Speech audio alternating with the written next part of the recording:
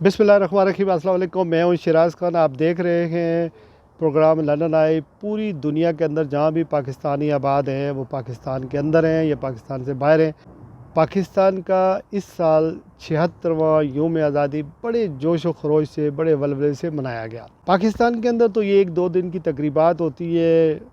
परचम कुशाई हो जाती है, बात ख़त्म हो जाती है। लेकिन मगरब के अंदर जहाँ भी पाकिस्तानी आबाद हैं, ये तकरीबात अगले 2 हफ्तों तक जारी और सारी रहेंगी। मुजाहरे भी हुए हैं, उनकी तफसीलात क्या है वो भी मैं आपको बताऊंगा। लेकिन सबसे पहले मैं ये बताना चाह रहा हूँ कि बैरूनी दुनिया में ये तकरीबात क्यों 2 हफ्ते तक जारी रहेंगी। उसकी वजह यह है कि यहाँ जो बच्चे हैं या दूसरी जो कम्यूनिटीज़ हैं, यानी दूसरे मज़ाहिब के लोग हैं या दूसरे मुल्कों के लोग जो यहाँ पर रहते हैं, उनको ये बताना मकसूद है कि हमारा मुल्क जो है वो कितनी बड़ी कुर्बानियों के बाद ये मुल्क हासिल किया गया था। और अपने बच्चों को भी एजुकेट करते हैं हम लोग जो यहाँ पैदा हुए कि पाकिस्तान के मर्ज़ वजूद में आने की वजूहात क्या थी और इनका भी कुछ ताल्लुक़ पाकिस्तान से हो जाए, ये हमारी कोशिशें होती हैं। तो सबसे पहली बात यह है कि जब हम पाकिस्तान की तारीख़ पर नज़र डालें, मैं उसको आज के मौजूदा हालात से भी जोड़ने की कोशिश करता हूँ।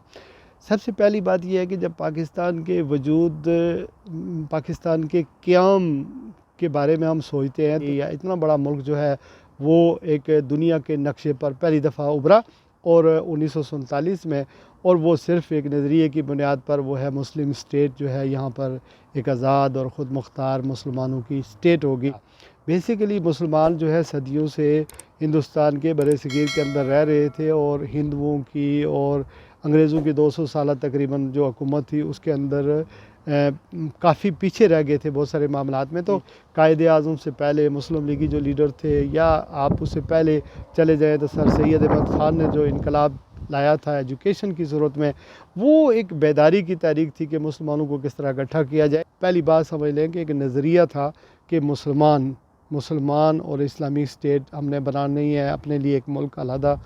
जो है वो हासिल करना है। और चूँकि हिंदू और मुसलमान सदियों से एक साथ इकट्ठे रह रहे थे, लेकिन उनका दीन अलग था, उनके रस्म और रिवाज अलग थे, वो एक दूसरे से उनका आपस में हमेशा एक क्लैश होता था। तो इस वजह से ये एक नज़रिया था मुसलमानों की आज़ाद और ख़ुद मुख्तार एक रियासत बनेगी, उसके लिए सारे मुसलमानों ने उस वक्त जिद्दोजहद की थी। एक तो ये नज़रिया था। दूसरा ये था कि जो लीडरशिप थी कायदे आज़म से पहले अल्लामा इकबाल की शक्ल में आप देख लें, या मुस्लिम लीगी जो 1906 में मुस्लिम लीग कायम हुई, या उससे पहले जितनी भी हमारी लीडरशिप थी, उनके सामने एक क्लियर कट एक ज़हन उनका बना हुआ था कि एक रियासत हमने हासिल करनी है। और कायदे आज़म की क़यादत जो थी वो गैर मुतज़लज़ल थी, या उससे पहले जो लीडरशिप थी गैर मुतज़लज़ल थी, यानी वो ना बिकने वाली थी ना झुकने वाली थी। और कायदे आज़म मोहम्मद अली जिन्ना ने पाकिस्तान बनाते हुए कभी भी उन्होंने समझौता नहीं किया। हालांकि गांधी जी ने आप पाकिस्तान ना बनाएं, ये अपना ख्वाब तर्क कर दें, आप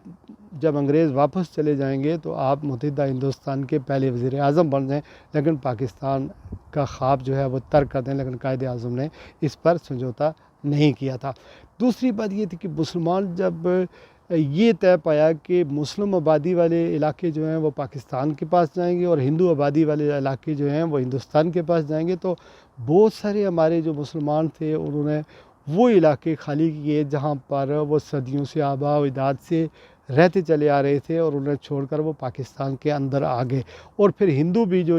लाहौर में या इन इलाकों में रह रहे थे वो भी उन्होंने छोड़ा और वो हिंदुस्तान के तरफ चले गए। तो दोनों कौमें जो हैं इस तरह तकसीम हुई और एक मुल्क जो है पाकिस्तान हमने बनाया। उस वक्त क्या हुआ कि हम मुसलमान एक कौम बन गए थे और हमारा एक जज्बा था कि यहाँ पर एक इस्लामी फ़लाही जमहूरी दस्तूरी किस्म की एक रियासत बनेगी।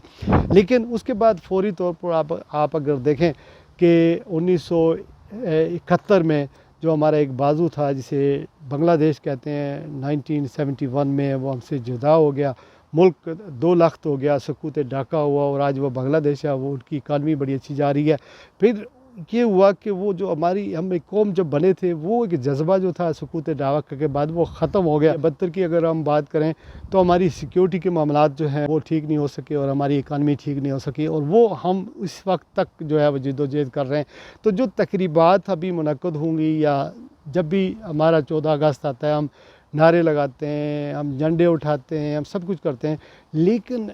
چاہیے تو یہ کہ ہمیں ایک اس ملک کو اسلامی جمہوری ریاست بنانا چاہیے جو دستور کے مطابق چلے، جس میں اقلیتیں بھی محفوظ ہوں، جس میں ہر کسی کو حکمرانی کا حق ہو، ہر پاکستانی کو ہم اس کا حق دینے کی کوشش کریں۔ تو اس وجہ سے میرے خیال میں اس وقت جو ہمارا 14 اگست اس دفعہ آیا ہے یا یوم آزادی آیا ہے، تو ہم سے کچھ اور تقاضے کر رہا ہے کہ ہم یہ تجدید عہد کریں کہ اپنے ملک کے اندر اپنے ملک کو آئین کے مطابق چلائیں گے، اپنے ملک میں جمہوریت کو فروغ دیں گے، لوگوں کو ووٹ دینے کا حق جو ہے وہ دیا جائے گا۔ آج آپ کو پتہ ہے کہ پاکستان تحریک انصاف یا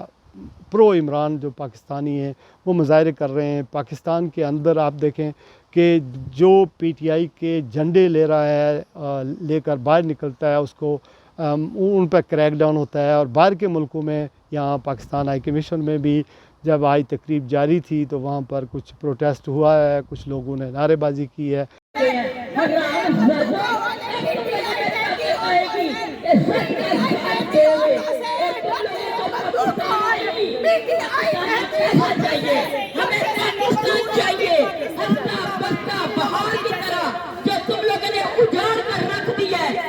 ذلیل لوگوں، ہمارا لیڈر کہتا ہے پیسہ خرچ کرو، پیسے کے لیے مت خرچ ہونا، اور تم لوگ وہ ہو جو پیسے کے لیے خرچ ہوتے ہو۔ تو یہ ایک جمہوری تسلسل ہے۔ ظاہر ہے ہم سب پاکستانی ہیں، پاکستان کی فوج پاکستانی ہے، پاکستان کی فوج جو ہے وہ پاکستانیوں پر ہے اور پاکستان کے لیے ہے، پاکستان کے ادارے پاکستان کے ہیں اور پاکستانی ہیں ہم سب لوگ، اور جو میڈیا ہے وہ بھی پاکستانی ہے، تو ہم سارے پاکستانی ہیں۔ ہم نے مل جل کر آگے بڑھنا ہے اور اس ملک کو آگے بڑھانا ہے۔ مصیبت یہ ہے کہ ہر دفعہ ہم نئے تجربات کرتے ہیں۔ کل جب میاں نواز شریف صاحب نائل ہوئے تھے، پاناما پیپر میں آئے تو انہیں نائل قرار دے دیا گیا، انہیں کال کوٹری میں ڈال دیا گیا۔ اس سے پہلے آپ کو ایک اور بات بھی بتا دوں کہ جو بھی اقتدار میں آتا ہے وہ کہتا ہے کہ جو ابھی اقتدار میں نہیں ہے وہ کچھ بھی نہیں ہے، لیکن وقت کا پیا ہمیں یہ تاریخ نے ہمیں یہ بتایا کہ بھٹو صاحب سے ایک بات منسوب کی جاتی ہے کہ ولی خان کو جب بھٹو صاحب نے جیل میں ڈالا تو ان سے پوچھا کہ بتا تمہاری جیل کے اندر تمہارا کمرہ کس کلر کا ہوگا، تو ولی خان نے یہ کہا کہ ایسا کمرہ رکھو جب تم یہاں آؤ تو پھر تمہیں بھی وہ پسند ہو۔ نے دیکھا کہ پھر ذوالفقار علی بھٹو مرحوم کے ساتھ کیا ہوا۔ انہیں جو ہے وہ جب اقتدار سے ہٹے تو مارشل لا لگ گیا، مارشل لا کے بعد انہیں پھانسی پر چڑھا دیا گیا۔ تو یہ چیزیں جو ہیں پاکستان کے اندر اگر ہم آج یہ عادہ کر لیں کہ پاکستان کی فوج، پاکستان کے عوام، پاکستان کے سیاستدان، حکمران سب مل جائیں تو اس ملک کو دوبارہ جو ہے ایک قوم بنا سکتے ہیں۔ مسئلہ یہ ہے کہ آج عمران خان جیل میں ہیں، جو پاکستان کا مین لیڈر ہے، اس کے ساتھ عوام ہے، تو ان کے بارے میں جو کریک ڈاؤن جاری ہے اس وقت پوری دنیا کے اندر، اور پھر جو اپوزیشن والے ہیں وہ خوش ہو رہے تھے کہ یہ ایک عبوری حکومت بن گئی ہے، اور ان کو جو ہے وہ معاملات ایسے ان کے ساتھ ہو جائیں گے کہ ہو سکتا ہے کہ وہ دوبارہ حکومت میں نہ آئیں، ہو سکتا ہے یہ اتنی غیر یقینی کی کسی صورتحال ہے اور ہماری معیشت بھی ڈوب رہی ہے۔ ہم نے اس قوم کو ساتھ لگانا ہے، اور میں آپ کو یہ بات بتا دوں کیٹیگریکلی کہ میں ایک عام آدمی ہوں جو پاکستان کی فکر کرتا ہوں، برطانیہ میں رہتا ہوں، مجھے 32-33 سال ہو گئے، میرا فیوچر یہاں پر ہے، میرے کوئی آبجیکٹیو نہیں ہے، میں صرف یہ سوچتا ہوں کہ ہم جن حالات سے نکلے ہیں اگر اچھا ہوتا تو ہم اپنے ماں باپ کی قبروں کے اوپر آج جا کر دعا مانگ رہے ہوتے، اپنے ماں باپ کی جب وہ ہمارے فوت ہوئے تو ہم انہیں کندھا دے سکتے تھے، ان کے جنازے کو کندھا دے سکتے تھے، اور ہمارے آج پاکستانی جو ہے وہ وہاں ملک چھوڑ رہے ہیں، حالات اتنے خراب ہیں اور ہماری اکانومی جو ہے وہ ڈوب رہی ہے۔ آپ بنگلہ دیش کی بات کریں جو 1971 میں ہم سے الگ ہوا، آپ انڈیا کی بات کریں، ہمارے نیبر میں دوسرے ممالک ہیں، انہوں نے کتنی ترقی کر لی ہے، اور انفارچونیٹلی ہم کس حالت کے اندر ہیں یہ ہم نے سنا ہے۔ اور پھر میڈیا پر جس طرح قدغنیں لگی ہوئی ہیں، ہم یہ وعدہ کرتے ہیں، عادہ کرتے ہیں، سب کو کرنا چاہیے کہ ملک اپنا ہے اور بچانا ہم نے ہے۔ 9 مئی کا واقعہ ہو گیا، اسی طرح اس کو میں نے پروگرام آج کیا ایک جگہ یہاں سینٹرل مسجد لندن میں، تو لندن لوٹن میں، تو وہاں پر ایک کسی صاحب نے کہا کہ میں گزارش کرتا ہوں پاکستان کی آرمی چیف کو کہ 9 مئی کے واقعات جو ہو گئے اس کو بھول جائیں، آگے بڑھیں، معاف کریں ان لوگوں کو اور آگے چلیں اور جمہوریت اور ملک کو آگے لے کے چلیں، چونکہ لوگوں کے ذہنوں کے اندر جو نفرت بڑھ رہی ہے اس کا ملک کو نقصان ہو رہا ہے اور ہوگا مزید۔ اس وجہ سے میرے خیال میں جو بھی حکمرانی جس کی بھی بنتی ہے، آپ الیکشن کروائیں، جمہوریت کو راستہ دیں، لیڈرشپ کو چاہیے کہ ایک دوسرے کے ساتھ مل جائیں، مل بیٹھیں اور پاکستان کی اکانومی کو، پاکستان کی معیشت کو، پاکستان کی سیاست کو آگے لے کر جائیں۔ آج کے لیے بس اتنا ہی، اپنا خیال رکھیے گا۔ اگر آپ نے میرا یہ چینل سبسکرائب نہیں کیا تو سبسکرائب کر دیں، بہت شکریہ، اور شیئر بھی کر دیں۔ اللہ حافظ۔